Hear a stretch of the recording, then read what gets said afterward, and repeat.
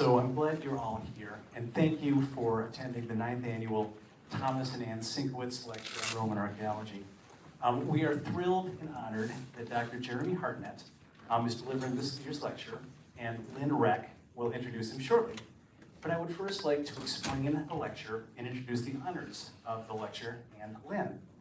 First, for those who don't know me, I am Bob Simmons, Professor of Classics at Monmouth, and to the lecture. Please see the back of the program and the screen for a picture of its honorands. The Thomas and Ann Sienkewicz Lecture on Roman Archaeology was instituted in 2017. In May of that year, Dr. Tom Sienkewicz retired from Monmouth College after 33 impactful years as Minnie Billings-Cabron Chair of Classical Languages at Monmouth. This lecture was endowed by an anonymous donor to support the annual archaeological lecture series sponsored by the Monmouth College Department of Classics and the Western Illinois Society of the Archaeological Institute of America. A little about Tom and Ann. One, during Tom's career, he taught a wide range of classics courses, many with strong archaeological features, including classical mythology, the ancient family, and Africa and blacks in antiquity. In 1984, he founded the Western Illinois Society of the Archaeological Institute of America, which, since its inception, has hosted hundreds of archaeological lectures at Monmouth. Ann Sienkewicz, too, who earned a PhD in French from Johns Hopkins University, has been a loyal supporter of archaeology, insightful conversant in question and answer sessions, and a host of countless speakers through the years at her and Tom's house. A few more things about Tom, since I got to know him particularly well from working with him daily during my first 3 years at Monmouth. He was educated at the College of the Holy Cross and at the Johns Hopkins University. Before coming to Monmouth, he taught for a decade and earned tenure at Howard University in DC. He published extensively in classics, including the monograph Oral Cultures Past and Present, Rapin and Homer, a Latin textbook titled Disque, and a co-edited volume released just in 2022 titled Ovid in China, Translation, Reception, and Comparison. He is one of a select few people who earned all 3 of Monmouth's highest honors for faculty members at the school, the Hatch Prizes in Teaching, Scholarship, and Service. He has been granted Lifetime Achievement Awards from nearly every significant classics organization in the state, region, and nation, including a Special Service Award just last spring from the Classical Association of the Middle West and South for his almost superhuman contributions to the field. And it was, last spring's meeting was at Champaign-Urbana, and there were 7 Monmouth undergrads that were there along with me to see him get the surprise award, so it was a very nice occasion. He was secretary-treasurer of that organization, the Classical Association of the Middle West and South, for 8 years, and before that, the executive secretary of Eta Sigma Phi, the National Undergrad Classics Honor Society. I myself have benefited extensively from the vitality that he instilled in Monmouth Classics and the links that he made between Monmouth and the people and organizations across the nation, and on and on. His fingerprints are all over Monmouth College and the field of classics. It is a pleasure to have this opportunity annually to remember Tom and Ann as we hear from exceptional speakers in the field of Roman archaeology. Could we have a brief round of applause for Tom Sienkewicz here?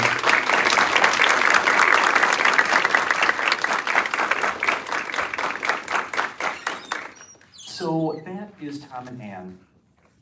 And to introduce our speaker will be Lynn Reck. Lynn is a senior at Monmouth, majoring in classics and minoring in philosophy and biology. They were a 3-year active player on the college soccer team and are currently a manager for it. They are an initiate into the Eta Sigma Phi Honor Society for Excellence in Classics. They're a tutor of Latin and a classics student worker. They were one of the planners and executors of our hosting of the national meeting of the Eta Sigma Phi Honor Society in 2023, and our hosting of the Illinois Classical Conference state meeting last fall. Along with Jimmy Wolche and Jen Rossetti, they took part in research in summer 2024 on displacement and migration in the ancient world, supported by a $150,000 grant from the National Endowment for the Humanities that also supported English, philosophy, and history.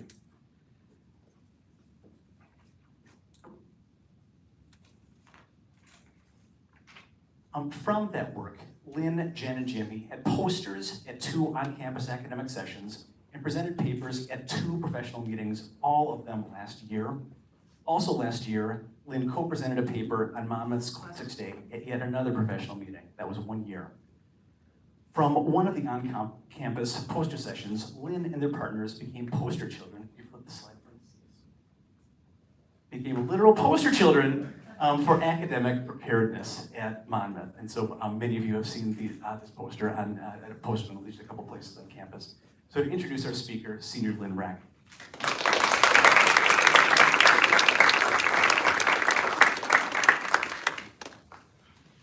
Hello, everyone. We're so honored to have Dr. Jeremy Hartnett here with us and to present for our community. Dr. Hartnett, having completed his studies at Wabash College and the University of Michigan, is now the professor of classics at his undergraduate alma mater, Wabash, and is the chair of the managing committee of the Intercollegiate Center for Classical Studies in Rome. He has received high honors for his aptitude for teaching, as attested by his Teacher of the Year Award from the Indiana Classical Conference in 2019, and he has received an Excellence in Teaching Award from Wabash this year. As a classicist, he specializes in Roman archaeology and social history and has studied archaeological sites all across Italy. From his work and research, Dr. Hartnett has produced 2 books, including The Roman Street, Urban Life and Society in Pompeii, Herculaneum in Rome, which won an award from the American Historical Association in 2018, and his most recent work, The Remarkable Life, Death, and Afterlife of an Ordinary Roman, A Social History, a publication featuring in part what we will be covering in tonight's lecture. Dr. Hartnett's knowledge has been in demand far and wide. He has been invited to present on aspects of his research from around the nation and the world, from the Getty Villa Art Museum in Malibu and John Cabot University in Rome. He continues to pursue scholarly projects on the lives of common Romans with his current works in progress, including Rome's Underbelly, the people and places that made the SPQR work, as well as a joint project with fellow classicists Lauren Ginsberg and Tim O'Sullivan. Presenting The Wine Has Never Been Lacking, A Roman Life and Death on the Margins, please welcome Jeremy Hartnett.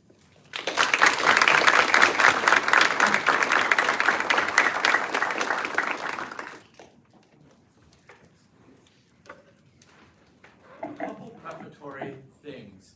Can you all hear me okay if I'm not using the microphone? People raise your hand if you have a hard time hearing me throughout tonight's activities. And are you all able to see the screen okay?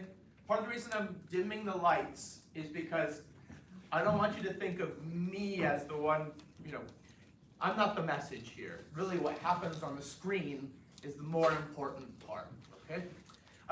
Thank you so much for the introduction, Lynn, and also for the invitation, Bob and broader Monmouth community. It's really a delight to be here.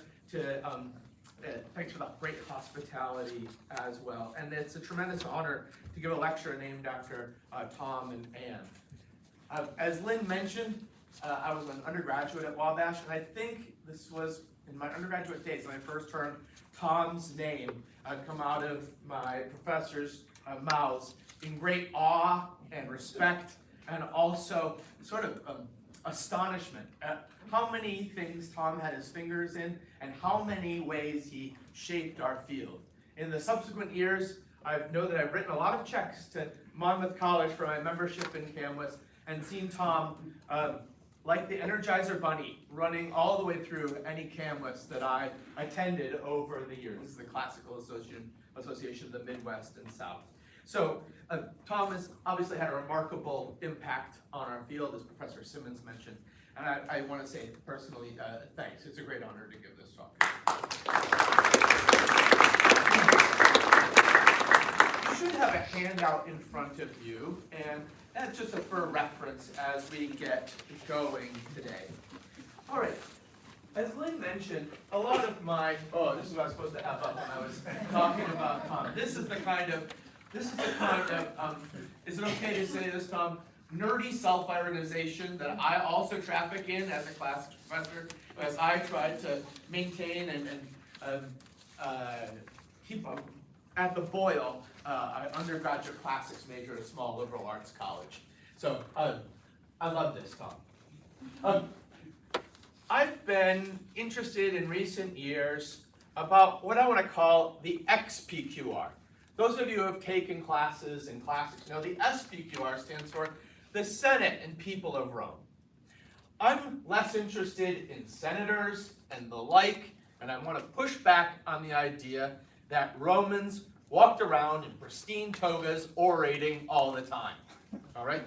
So this brings in the XPQR, and it's also the reason that I put some of these images on the screen. These are portraits of people who lived in Egypt during Roman times.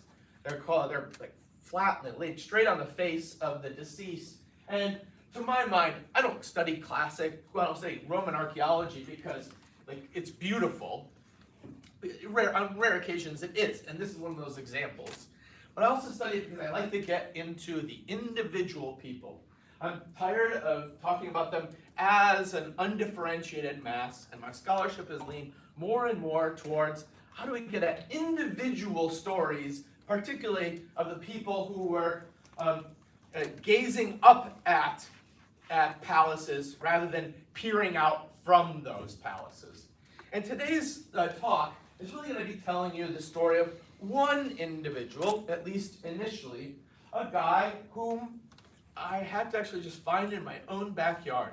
As you can see from the screen capture on the screen in front of you, this is a guy whose funerary monument is in Indianapolis, just 45 minutes away from Wabash.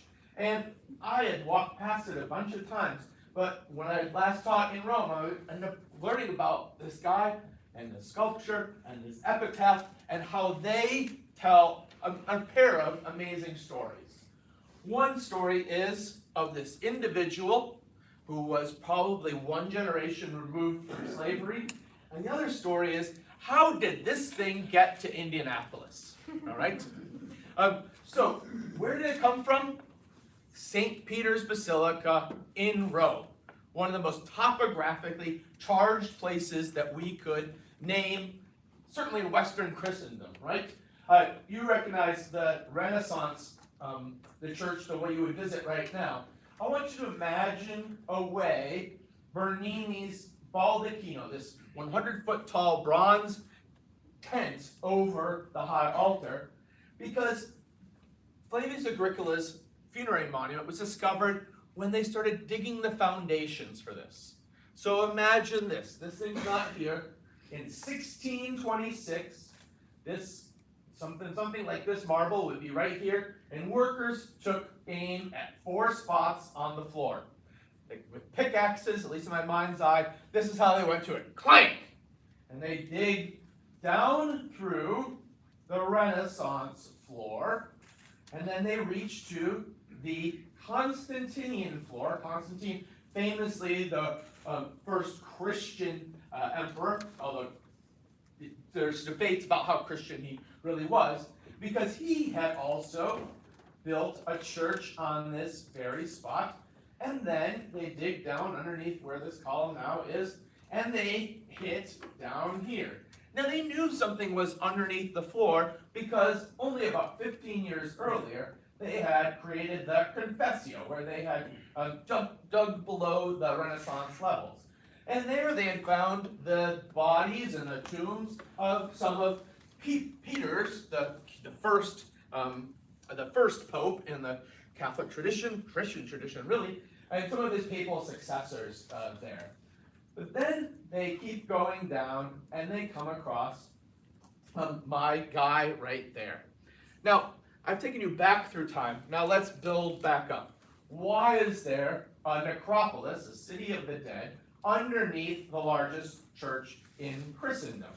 Well, it's because this area was a series of private gardens, and this circus, a place for racing chariots, was a small venue for this in honor of Gaius, whom you may know as Caligula, and also Nero, 2 guys who didn't rank very highly on the popularity rankings after their death. So soon after this falls out of use, there's a road that went along here, and people start building tombs there.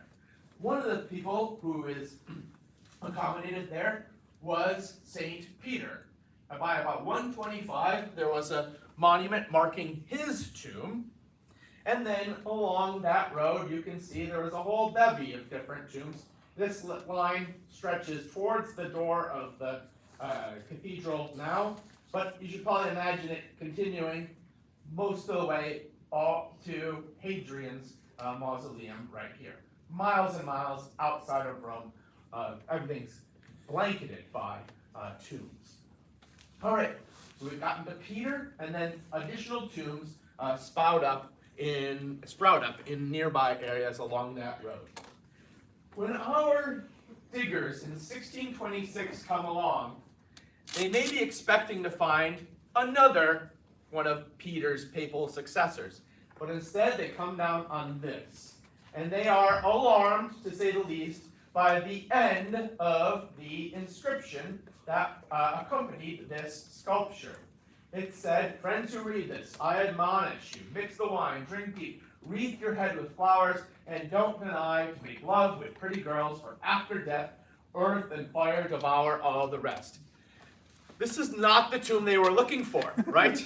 This is like the opposite of what they were looking for. We've got wine, women, and whoopee that make their way around this, quite literally, in this guy's last words. I suspect, however, that was embarrassing, but the worst part for them was probably the denial of an afterlife here. And so, not long after, we know this from documents in the 17th century, the Pope threatens with excommunication anyone who publishes about this, and he has the inscription plastered and filled with gesso, and he says, this source says, the statue was most secretly carried off to a most hidden spot. Some people say it was even launched into the Tiber to forget its memory because it was utterly inconsistent with the veneration of so holy a spot. So scandal plagues the Vatican during the Counter-Reformation. This is grist for the mill for people who are not big Vatican fans. So they put the site basically on lockdown, and we don't know about the inscription because it was in fact abolished. We don't know where it was. We know about it though because somebody plunged into that hole down those 7 to 9 meters and transcribed it before the thing got launched into the Tiber or wherever it ended up. So we have that brave 17th century antiquarian to thank for its survival. All right, so let's talk about the two things that make up Flavius Agricola's monument in turn, the sculpture and then the inscription. All right, Flavius is shown in life size. He's about 6 to 7 feet long here, and he's shown obviously reclining on a high-backed couch. He's cradling a cup of wine in his hand, and he's holding one arm up towards his head. You can see this thing that's kind of like a ring that goes down the sides. That, if we look at another image, we can see that would have continued. Notice there are little dots on his head with a metal insert of some sort, like bronze. It was part of the flowers that he's talking about when he says, crown your head with flowers. Okay, you might have noticed there's a weird cutting here as well. We don't know precisely what went in there, but there are some good possibilities. You can see in this similar sculpture, this guy's cradling a bust, presumably of his deceased wife. In fact, we know that because behind his head was a place for her ashes, okay? Her ashes. So what probably went here were Flavius's ashes. You know, you could take care, as he says himself, after death, earth and fire consume all the rest. Earth, if you stick a body in the ground, you bury the body whole, or fire if you cremate the body. And so his ashes were probably there near his feet, offering a nice pendant, a pairing with the cup in his hand. So that's the sculpture. We know a little bit more about the sculpture because of this drawing that was executed in the decades after its discovery. You can see that though we in Indianapolis have this part, there was a whole lower section that also existed that was cut off in the intervening centuries. We can get a sense of where the inscription might have been by looking at this girl, or any other type of monument like this that has little feet, notice that, and then there's the inscription written out. What I've done is measure the letters, and then take this space, mapping this onto this guy, expecting, figuring out what the size was, and then placing the letters in between in the corresponding area, which is one of the things that our initial sources suggest happen there. So let's put it all together. This guy probably looked about like this with his cinerary urn and then all of his inscription down below.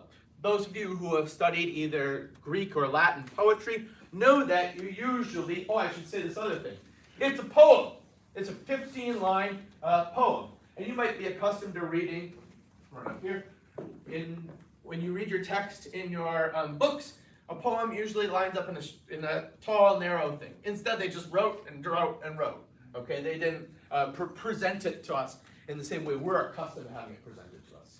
All right, let's look at this inscription. I've given you the Latin on one side and a loose English translation on the other side. We get this guy's name, Flavius Agricola, and we can tell a fair amount from it. Flavius is a name that he likely got, or that came into his family when one of his, either his dad or his grandfather, was enslaved by the Flavian dynasty or someone related to it. These are the emperors that gave us things like the Colosseum and the Arch of Titus and the temple, the so-called Temple of Peace. All right, so this guy's he's living around 160, or that's when he dies, and so he probably couldn't be a direct freedman, former slave who was emancipated by the Flavians themselves, since they ruled 60 years earlier, but instead we think that he was most likely the son or the grandson of a freedman. All right, we learned a little bit more about him in the inscription. Well, that turned out to be really bright. Okay, the inscription it cleaves cleanly into three different parts. You can see the first part, he's writing in the first person, largely, introducing himself and bragging about how the wine was never lacking the title for my pot. In the middle part, we learn about some other people. Flavia Primitiva, who was his most pleasant wife, and she was a worshiper of the Egyptian goddess Isis. They spent a lot of time together, and then her son somehow comes into the relationship as well. Notice this part is largely written in the second person and the past tense.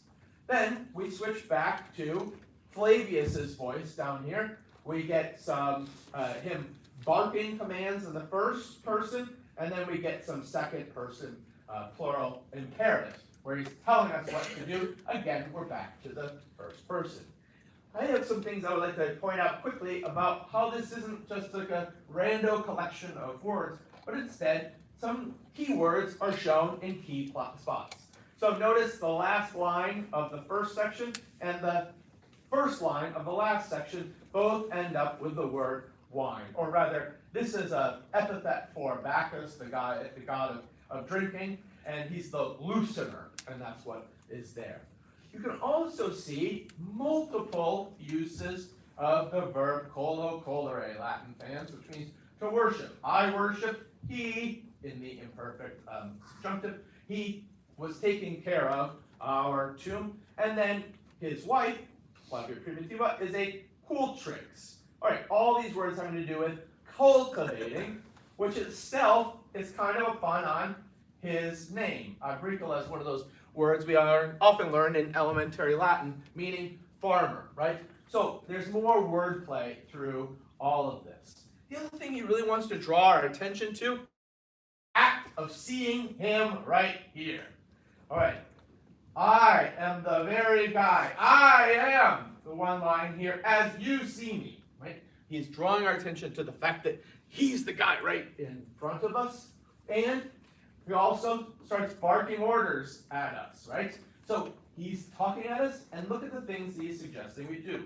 All right, maybe mix the wine, it'll look like a punch bowl. All right, drink deep, wreath your head with flowers, and then maybe for propriety's sake, or the composition would get really complicated. Oh, it doesn't mention, there's no sculptural representation of the making love with the pretty girls. Okay. So you can see this isn't just like something that hangs together as an inscription, as a poem of 15 lines, but it also corresponds fairly clearly to his sculpted representation. This is a whole composite.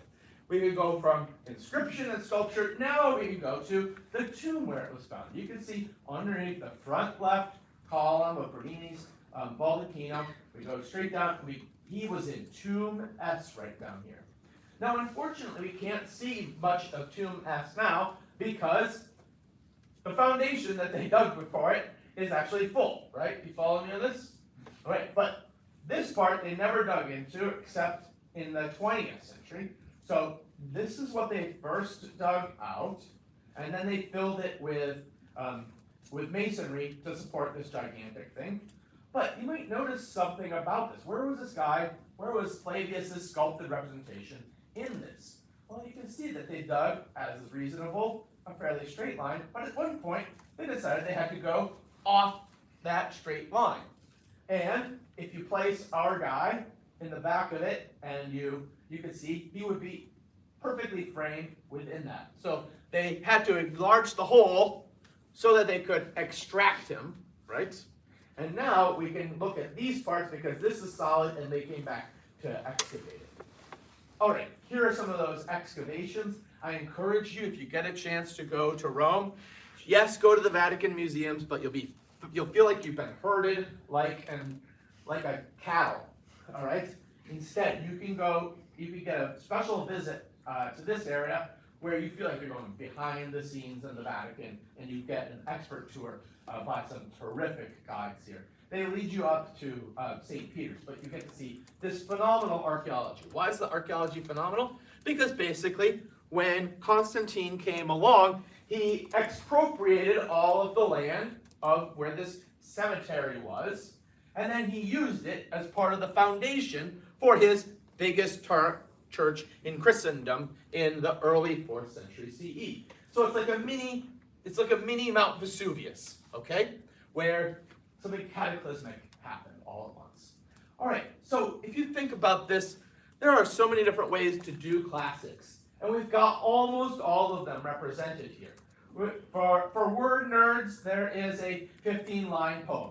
For people who are into material culture like me, we've got a portrait on a body representing an act. He's represented as dining.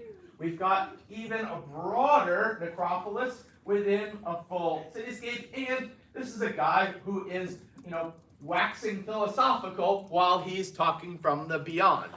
So you get all the different aspects of classics rolled up into this one thing. And so we could ask a whole bunch of questions of this guy. Why does his face look older than mine and his body looks like 20-year-olds, right?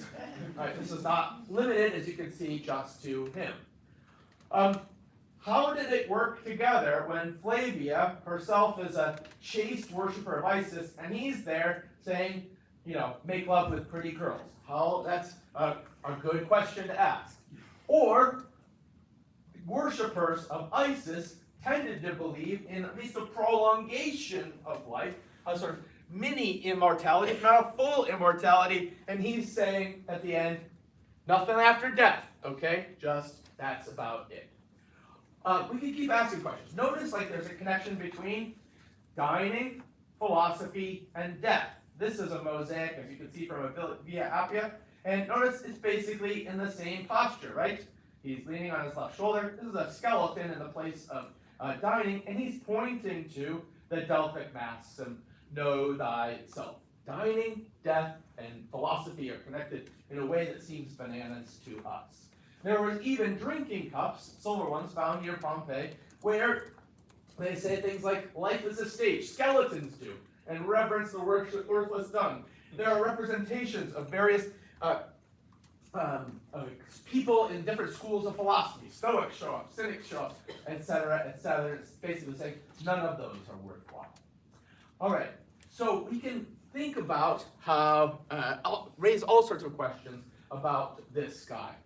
My talk may not, I hope it doesn't fit in a totally different category from Roman archaeology. But one of the things I really hope to show you in my remaining time is how archaeology doesn't just mean sort of excavation or a field project, but it often means excavating in archives and using material evidence to tell various stories.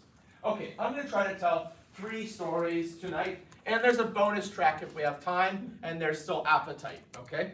There's going to be one that's focused on words, another one that's focused largely on material objects, and another one for those of you who like to ask life's deepest questions.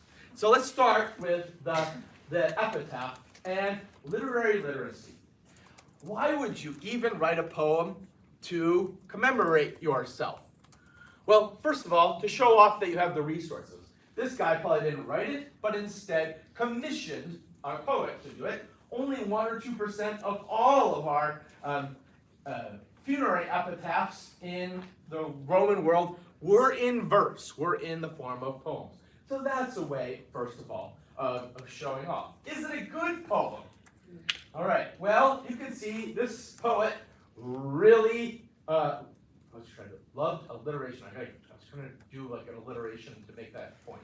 All right, he prioritized, no, that's not correct. Okay, you get the idea here. He was doing these various things. Even the father of Latin literature, Ennius, was chided for doing this. You don't have to be able to read the Latin to see this is really overdoing it, right? So he's overly relying on this. Another point to make out here, all these words mean and. That's probably to make the meter work to the degree it actually does. But here's the other thing. This poet helps Flavius present himself by citing well-known authors, by basically quoting them. So Ovid, a poet of the Augustan age, you can see twice he has such and such mihi patria est, just like this. And here you've got Pisa. One time it's him himself, or at least the poet, talking about where he's from. And another time it's a mythical nymph who's doing the same sort of thing. This is the type of formula that would be well known to audiences, and from us, even though it was about a century and a half old. This is like playing the oldies.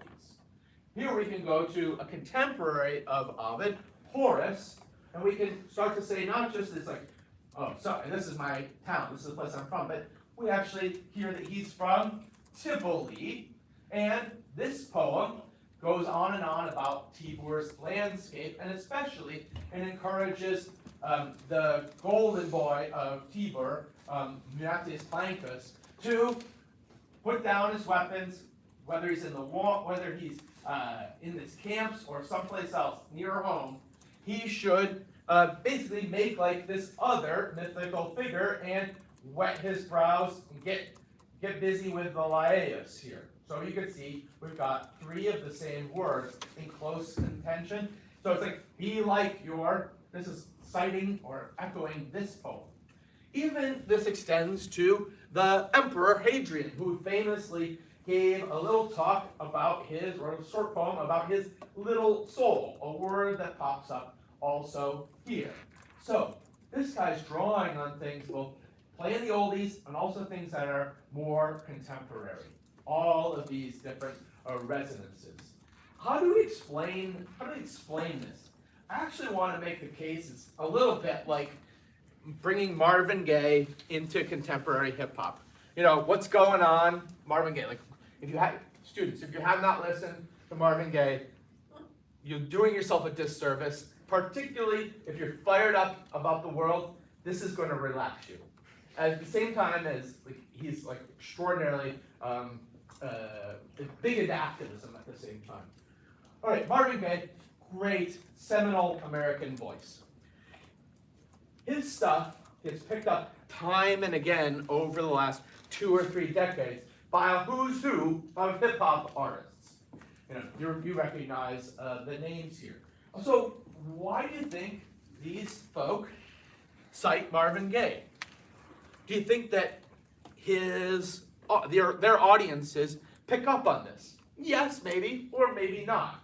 Sometimes it's like little samples that play in the background. And for us, it might, for those of us who are not of this world, it might just sound like a really cool groove. But for those people who are in the know, it's like saying, I'm not just some sort of new arrival. I know where the roots of my music are, okay? And I think something similar is happening when we think about Flavius. He's showing that he is literarily literate. You follow me on this? Where he's showing that he knows what it's like.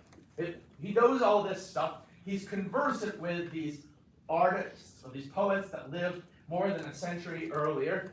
And you can see it in placed more explicitly in this tombstone, where it starts off with the same basic formula. But let's see what this guy says. I was once skilled at reciting the legacy of poets in strains sweet as the muses and swans, skilled in delivering poetry, pulsating with the verse of Homer, verse well known in Caesar's form. Usually this is like, he's saying the quiet part out loud. Usually just sprinkle a few references from various sources into your poetry. But he's saying, I am in the know. And that's basically what Flavius is trying to do as well. Show that he is up to date and conversant with these high literary figures. This is a way of distinguishing himself from the other people around. And you have to sometimes be in the in-group to get the references, and he's saying, I am in that in-group. All right, if that's the story of one about his literary literacy and his first epitaph, let's move on from the inscription to now his self-portrayal. He's showing himself as Romans dined and drank. That is, they would lean on their left elbow and they would use their right hand to reach out and bring the cup up to their lips. You can see it's also a really nice party. This is not just like some sad park bench. This is well-worked wood with all sorts of doodads on it to show it's like a nice piece of work. He's got a comfy pillow, and he's got a really nice dressing of some sort, which is, slipping down a little bit his body so he could show off his chiseled abs. Okay. Now, I'm going to give you a sense of where he fits in a very rough sketch of how Romans commemorated themselves. Toward the top of the social spectrum, Romans tend to commemorate themselves in death by listing the offices that they held. So this is a monumental tombstone, oddly in the shape of a pyramid just outside one of the gates of Rome. And you can see this guy says, all right, I was a member of this college, I was tribune of the plebs, both of these are offices, elected offices, and then I was also like one of the head guys who were in charge of these public banquets. So that's towards the top. And we might be able to see a little bit of trickle down towards down the social scale. Now let's look at a pair of freedmen. This is a relief that is in the British Museum in London now. And these two guys both identify themselves as freedmen. What else do we notice about it? They're showing elements of their labor. This is kind of intuitive, I think, for us.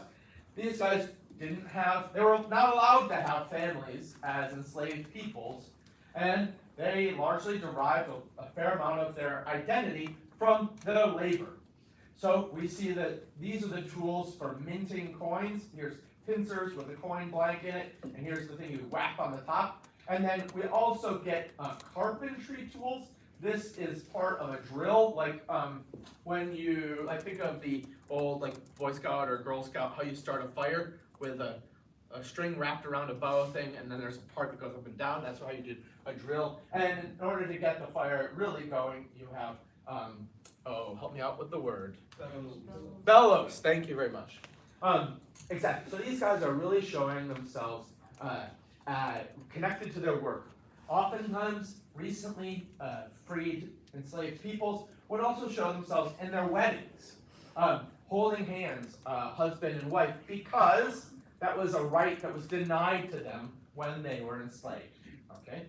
All right, so this is my very rough sketch of how this goes. Well, how does Flavius fit into this picture? Well, he's at a banquet, and one of the things that we may say, like, all Romans banqueted, and they all enjoyed this kind of thing. Well, that's baloney. Let's take the example of Pompeii. You see here the city, walls, everything in gray is a public building. These parts are not yet excavated or being excavated currently as we speak. And then every one of these dots is a neighborhood food stall, a place where you can get food and drink. There are 160 of these places that survive, probably 200 overall that are buried, for a city that was probably 12,000 people, maybe 15,000 people. One for every 75 people, all right? So let's do a little bit of math. So Monmouth as a city is what, 9,000 people or so? Are there 100 places to eat? No, this is an extraordinarily high density, and this is how the vast majority of people took their sustenance on a day-to-day basis. Going to these places and not dining at home. He's showing that he's participant in a sort of elevated cultural practice, where you might listen to music, you might discuss philosophy, and you would be in a beautiful garden setting, having people bring food to you. We can even take this a little bit further when we think about what other things might be symbolized, I should say, maybe, by, or left unsaid, that viewers would understand when they saw him doing this sort of thing. Let's look at a small altar that's now in the Capitoline collections in Rome. We've got another freedman, and he is, as you can see, in the same posture as Flavius. He's got a wreath in his hand, but he's not putting it to his head. He's got his cup. Let me go back and get that guy off there. Cup in his other hand, and he's on another high-backed couch, which even looks more fancy than Flavius's couch. He also has a plate of food in front of him. It looks like Flavius is here basically for dollar beer night, but we're supposed to understand that there was also a tray of food just off screen. And also, look what else is there. A female figure who is sitting at his feet, and she's dressed a little bit nicely. It's probably his wife or concubine. And then we've got two servers on the outsides. One of them is holding a pitcher, another person's hand is too damaged. They're wearing tunics, so short, everything looks like a bed sheet until you start paying attention to it. Their tunics only come up to here, or down to here, instead of the mantle that Flavius is wearing. So we can see when we look at all of them together, how Flavius is really at the top of two different sets of hierarchies, right? On the one hand, he's the only person who's reclining, where some are sitting, others are standing. And he's also the person who's dressed most nicely, or I shouldn't say Flavius, but Orpheus is the guy who's dressed most nicely compared to the other figures. We're probably supposed to understand him as enjoying the pleasures that the servers are bringing him, and he certainly enjoys the sexual relations with this woman, and probably also, if he cared to, with the handsome slave servers that we often hear about in Roman literature.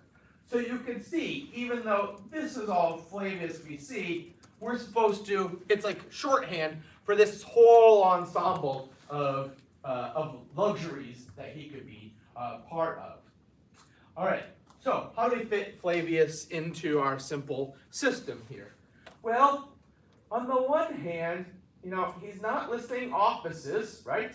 This is not about business. This is definitely about leisure. Nor is he really about labor, like a number of other freedmen and their descendants.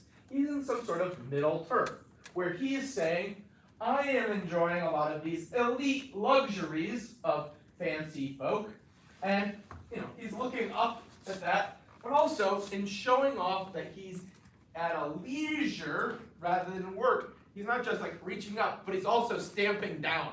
You follow what I'm saying that? He's doing the opposite of what they're doing there with the work. So there was a huge disparity in the Roman world between leisure and business. All right, Latin students, what's the word for leisure? It's anybody? Otium. Otium. How do you say business in the Roman world? Negotium. Negotium. It's the negation of leisure. Business is the negation of leisure. You hear that? Negotium is business. And you can see this also in the Martial poem in front of you. This is actually a pair of special dining clothes who are talking, and they're saying, oh, look, we don't have to deal with any of that bad business. What do we have to do? Recline and embroider couches. And that's basically what Flavius is also saying. Both, we don't have to deal with the foreign places, but also, we're not having to do this lowly work either. Now, one other note about how he's shown. It was not unusual for Romans to dress up like gods. Okay? Here's the Emperor Domitian being shown as Hercules. Here's the elite Roman woman who's taken on the costume of nudity in order to show herself like Venus, the goddess of love and getting it on. And you can even see that some people who are basically using the same kind of tomb that Flavius was, this is a drawing of it obviously, are connecting themselves to deities. You can see the lion skin and also a bow and a set of arrows there. This guy is also putting on the costume of Hercules. So associating yourself with one of these gods could often be a matter of like subtle hints. Sometimes people weren't so subtle. So this kid died at an early age, and he speaks from beyond the dead, just like Flavius did. Because I'm the one reclining. My mother and father rendered me in the guise of Dionysus. He's dressed up like Dionysus. Did these people actually think they were Dionysus? Well, I'll ask you a question. If you put on a LeBron James jersey, do you feel like you're LeBron James? Not unless you can hoop like mad, right? Otherwise, you're like, I don't know what you're showing, right? You're connecting yourself in some positive way to LeBron James. And we can see how similar, though without the crown, imagine a crown of flowers there, rather than a wreath of grape leaves, you might see how he could also be aspiring to something that was a little more closer to being divine. All right, let's get to my third story, which is really about are life and death that similar or that dissimilar from one another? When Romans didn't have the same sort of hyper difference between life and death that we often consider in our world today. Yes, they did require the dead to be buried or cremated outside the city walls, but they would pass through these cemeteries every time they left or entered the city. And there were occasions where they would go to the tombs of the deceased and often eat there. Here's a tomb from near Ostia Antica, and you can see these people had permanent dining facilities to dine with the dead. When might they have done this? They might have done it on the deceased's birthday, and in that case, they probably would have been going there basically on their own. But there are also other feast days that everybody listened to or honored during the calendar year, such as the Parentalia, which is a little bit like Dia de los Muertos, where you go to the tomb, you decorate it, and you pay honor to the people who have come before you in your family. Sometimes these celebrations could be really opulent and showy. So one guy on the Bay of Naples in Misenum wanted a spectacle at his tomb. So he had 20 wrestlers performing WWE things. That's going to draw a crowd, right? There are going to be violets and roses on his tomb. There's going to be a dousing of his bones with pricey oil. A pound is 16 ounces, right? So that's a fair amount of whatever kind of scented oil you're going to pour down there. On top of the tomb, there would have been a meal, and not just for anybody. These people were paid to show up. City councilors, and also the highest ranking freedmen of the city. They would have been, if they took his money, on top of the tomb for at least a glass of something. Who knows what else? You can actually see what they might have been eating, and since there was a sacrifice offered, like a blood sacrifice offered for the deceased. So this is, I want to be clear, this is like the Mount Everest, and now not all mountains are that size, right? But it gives you a sense of how grand some of these things could get. Now, let's imagine Flavius.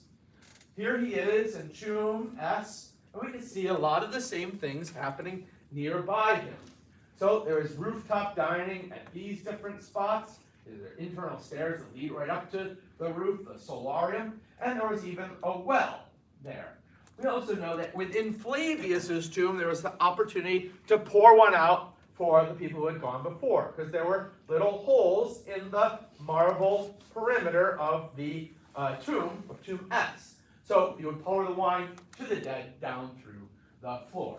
Now imagine if you've got not just this one bozo with WWE being shown off, but all sorts of people all gathering in one of these cemeteries at the Parentalia. And if you know anything about Roman society, you know that they are always trying to strike hierarchies, right? They're trying to stack up against one another. We've seen it with Flavius already. I think it would have been like tailgating Halloween style, right?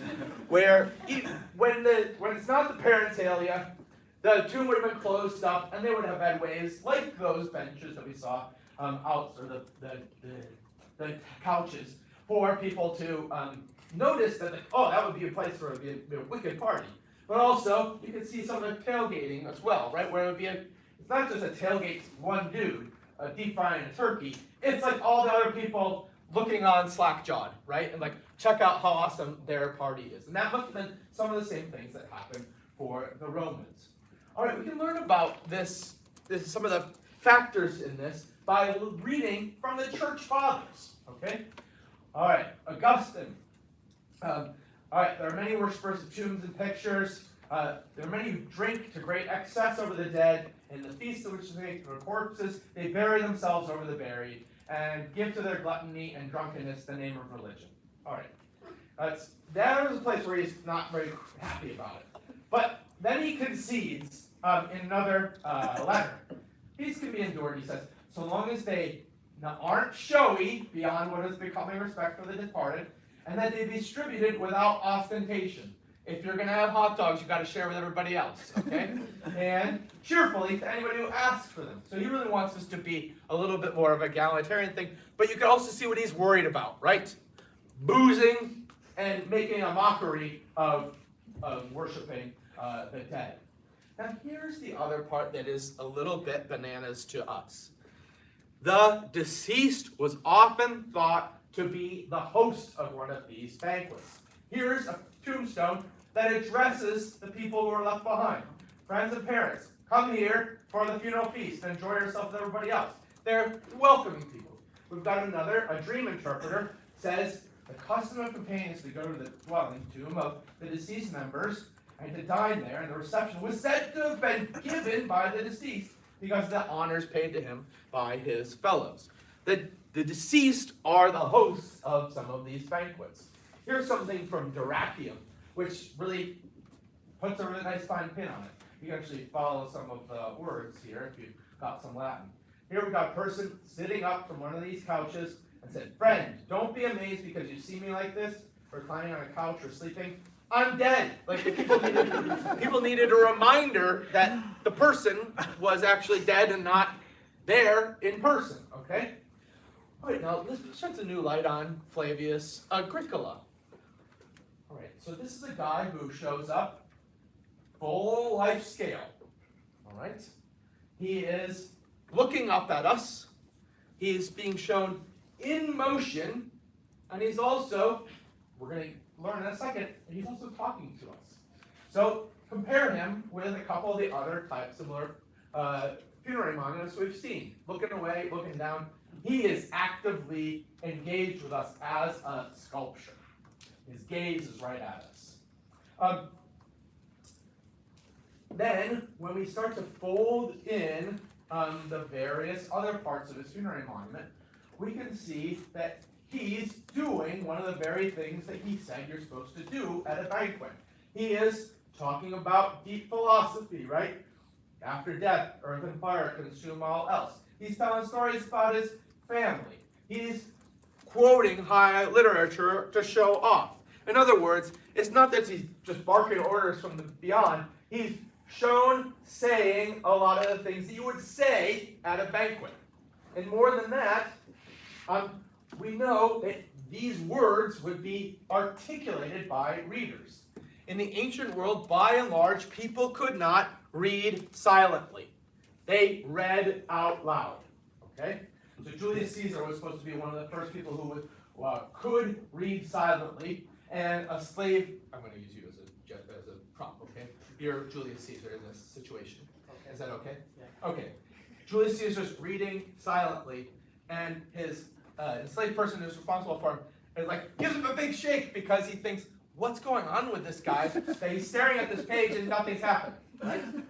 So, what happens when people start to say Flavius's words? Well, here's a poem. Hey, traveler, do you know that a poet lives even after death? Check it out. What you're reading, I'm speaking. Because people are reading out loud, your voice, to be sure, is mine. Here's another one. Because this writing entrusted the stone preserves my voice, it will live by your voice, whoever will read this inscription. You follow me on this? So when you start to read the inscription, you are bringing the dead back to life. And this makes a fair amount of sense. We get a lot of Flavius speaking in the first person, right? And then also, he is barking orders in the second person here. So it's as though he were still with us and we're talking to him. Now, I should say, it would be obvious. Oh, that was what I wanted to say on that slide. I had forgotten. It would be obvious that this guy is dead, right? He is made of marble. He's in a tomb, in a cemetery. But you can also see how, for life and death, they're not as separated for the Romans, and he's actually toying with this sort of slippage between the two parts of it. All right. And then we talked already about how these are largely in the present, and the other things about his wife and her son are put in the past tense. All right, so scholars have wrestled with this tomb imagery where the deceased are dying through Greek art, through Etruscan art, and into Roman art, and they really want to say, oh, is this the sort of last meal of someone? Or is this the dead symbolically partaking in a funeral meal? You can see that actually it doesn't have to be either or, right? He is perpetually taking part in a funeral meal by being part of the thing, as speaking part as a guy who is human scale. All right, so I'm going to look at my notes because I want to make sure I nail this conclusion. All right. We said I'm interested in really talking about individual folks.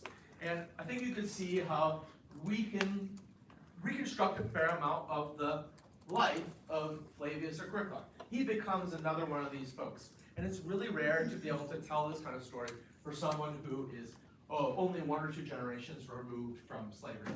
I don't want to pretend that he was, still barely out of chains, but you can see it's a remarkable degree of social mobility for an individual, and we can follow his life story from being from Tibur, being enslaved, making his way to Rome, getting married along the way, taking in this other child that was probably his wife's son from a previous relationship, and he wants us to learn how fancy he is. You can see how many different ways he does this, through all these literary references, through showing himself as part of this elevated position in this important Roman tradition,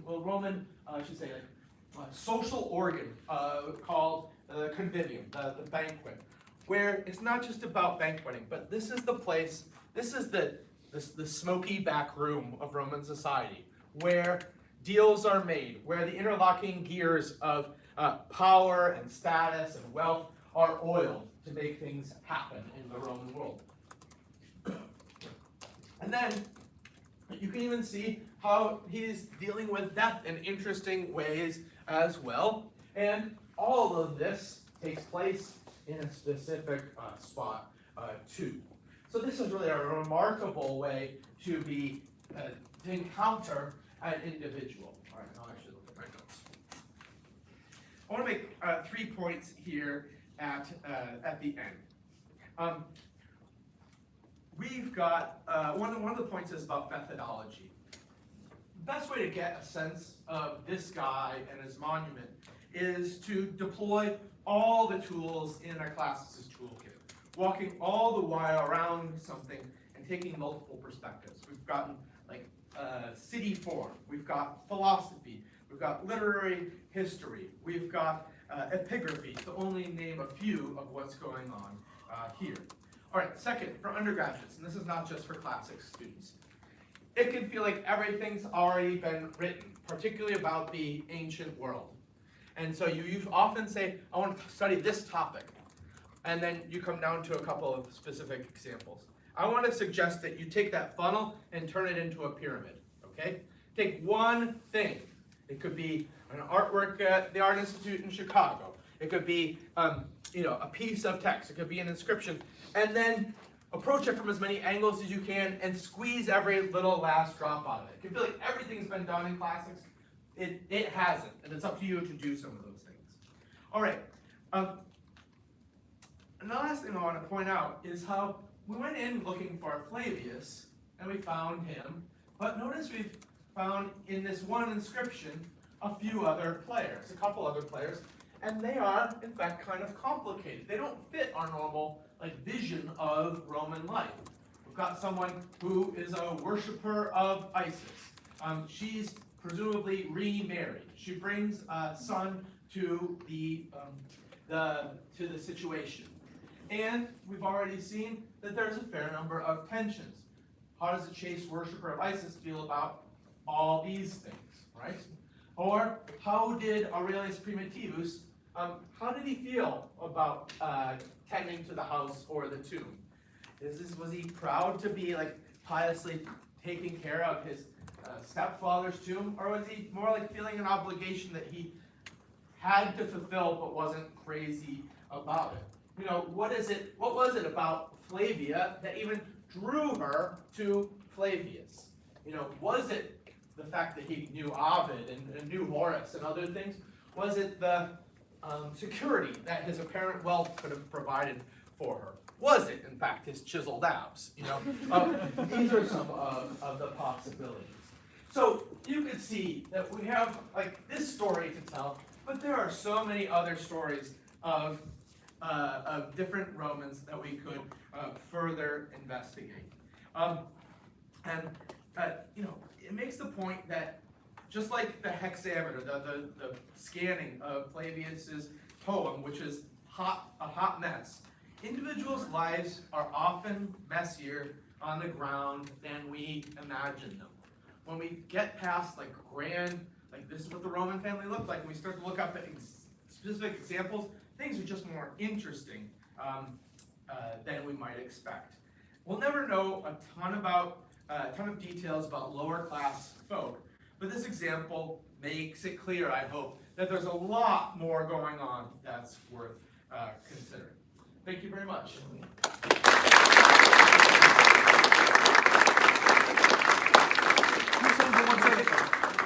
So how about let's go with one question for the whole group, right there, and then. Curious. You were going to tell us about how it got to Indiana.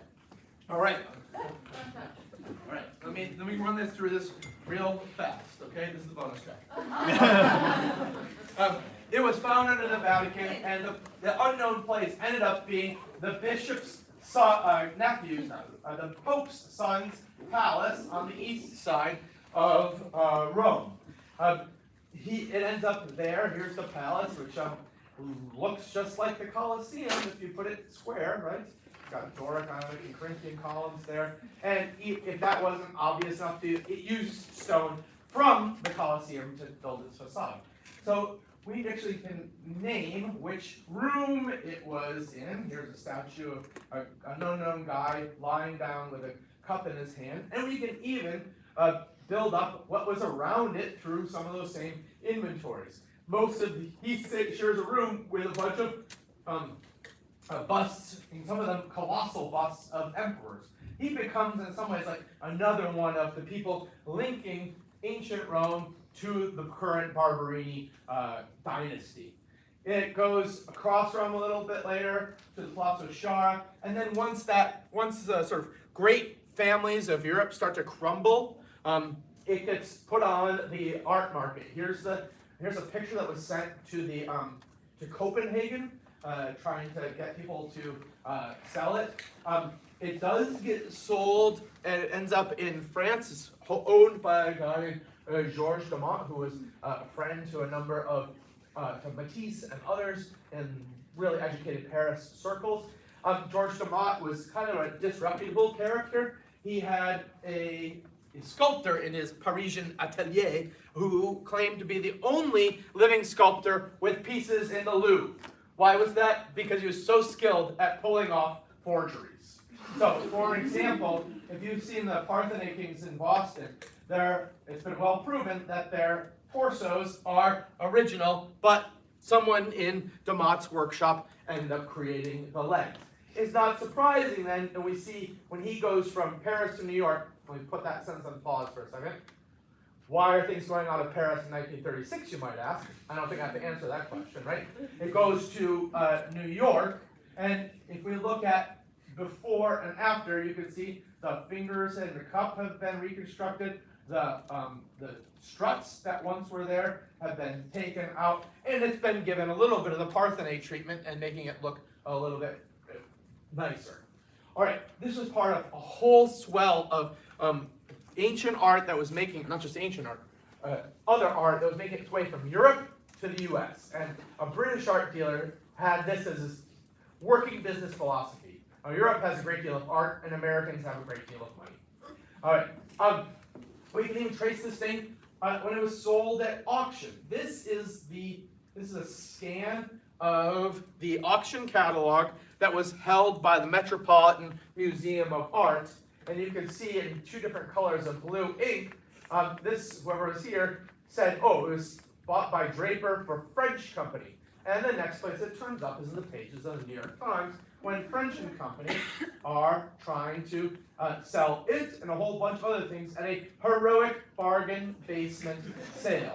This is in 1957, I believe. And he gets, by this time, I should say, the inscription has been lost to history. It has its own life, and then the sculpture is leading its own life, and they haven't yet been repaired to one another. Okay, that took a scholar about a decade and a half after this, an Italian scholar to do. But without the label, he ends up getting a label of his own.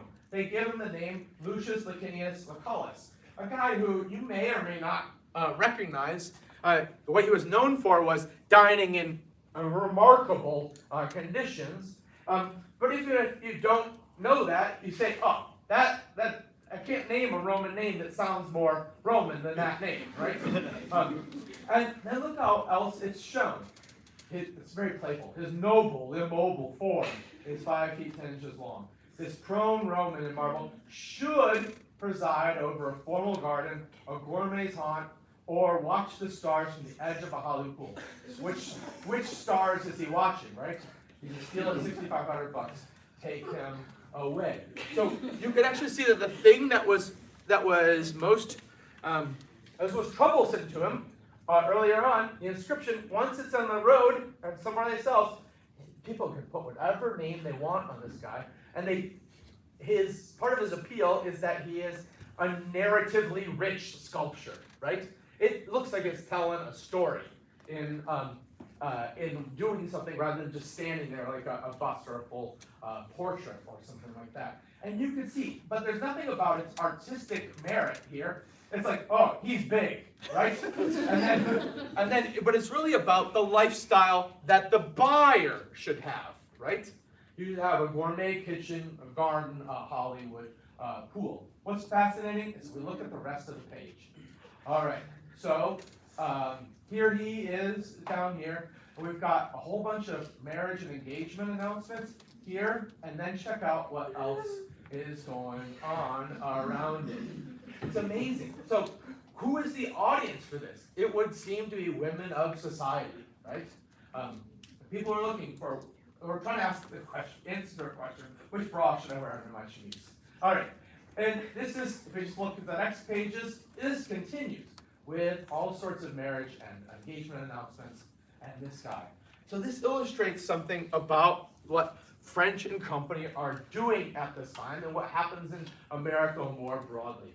The guy who is in charge of French and company says, with this ad campaign, we want to reach the increasing number of Americans with constantly improving tastes and the money with which to indulge them. What he doesn't say, but I think the context of the ad does, is we are looking at women who are going to be decorating these places, who have greater independence financially, and the upper middle class of New York and other places want to have the sort of cachet of Roman antiquity for them. So, one of the things to sort of wrap up on with this little side note is, this is a Flavius we encounter in Indianapolis today. But he doesn't look like what he originally looked like, right? He would have had some struts, he would have had something here, and this whole thing would have had legs. He has been subject to, or let me put it this way. We as archaeologists tend to think about how was he displayed when he was originally arrayed in that tomb, and then what does he look like now? But I think telling this series of short stories illustrates how the physical piece has changed over time with all those different histories, that all those different nows that were between then and now. All right. So this was one of our fun parts of the project to do. I'm sorry. I hope that was quick enough. Yeah, I think at this point, folks have homework to do. We've got 8 o'clock classes tomorrow morning. So at this point, can we have a round of applause for our...